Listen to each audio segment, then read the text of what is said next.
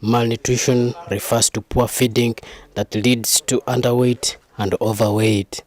State Minister for Health in charge of primary health care, Margaret Muhanga Mugisha, attributes malnutrition to lack of information among the population.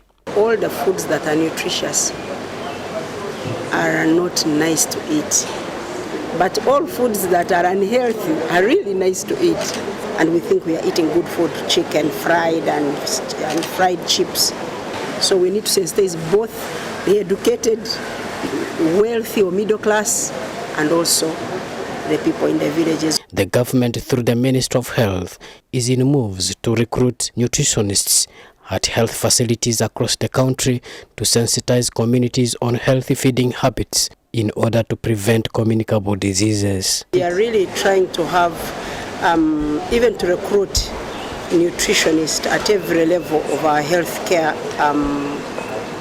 to all our health givers, at least starting from every village, to give training to our VHTs, to be telling people what to eat.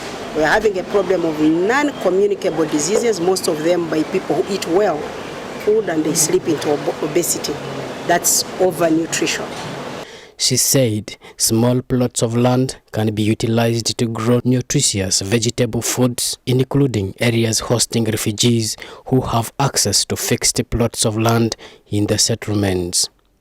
A senior nutritionist at the Ministry of Health, Mateba, explains the burden of malnutrition in Uganda, with northern, central and eastern parts of the country having highest cases.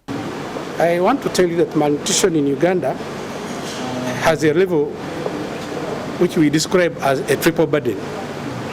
Triple burden in that whereas you have people who are malnourished because they have lost weight, there are those who have gained weight. In the same household, if you sampled 100 women in Uganda, about 23% are overweight.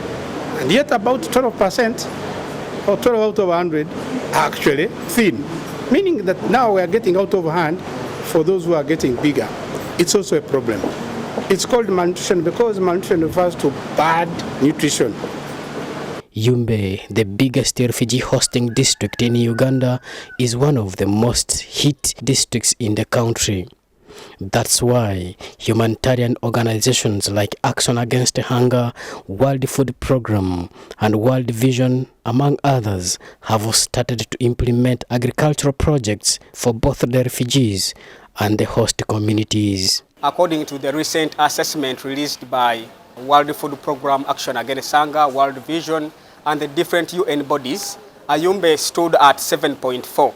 That is the global acute malnutrition rate. So if we're talking about 7%, it means we are not having the best picture. So Action Against Hunger is supporting refugees in Yumbe district, and they are supporting them on both nutrition sensitive and specific approaches. For example, we are doing what we're calling block farming.